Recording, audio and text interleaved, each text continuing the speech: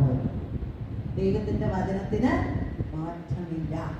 സത്യമാണ് എന്ന് നിലനിൽക്കുന്നതാണ്. ആകാശവും ഭൂമിയും കടന്നു പോകാം, പക്ഷേ കടന്നുപോയാലും വചനത്തിന് മാറ്റമില്ല. പ്രിയപ്പെട്ടവരെ, നമ്മൾ ദൈവമക്കളാണ് എന്ന് നമ്മൾ മനസ്സിലാക്കിയിരിക്കുന്നു. പക്ഷെ ആ ദൈവമക്കളായിട്ടാണോ ഞാൻ ജീവിക്കുന്നത്? എൻ്റെ പ്രാർത്ഥന കർത്താവ് കേൾക്കാൻ തക്ക രീതിയിൽ വചനം എന്നിൽ വസിക്കുന്നുണ്ടോ? ഇത്രയും നമുക്കൊന്ന് ചിന്തിക്കാം. ഇന്ന് വീട്ടിൽ പോയാൽ നാളെ മുതൽ എങ്ങനെയാണ് നമ്മുടെ ജീവിതം എന്നുള്ളതിനെ ഒരല്പം ചിന്തിച്ചിട്ട് നമുക്ക് ഈ ക്ലാസ് നിർത്താം.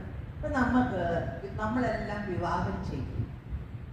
എന്താണ് വിവാഹം കൊണ്ട് ഉദ്ദേശിച്ചത്? ദൈവവചനം അനുസരിച്ച്, അതായത് ദൈവത്തിന്റെ വചനം ഭാര്യയിൽ ഭർത്താവിൽ നിലനിൽക്കണം.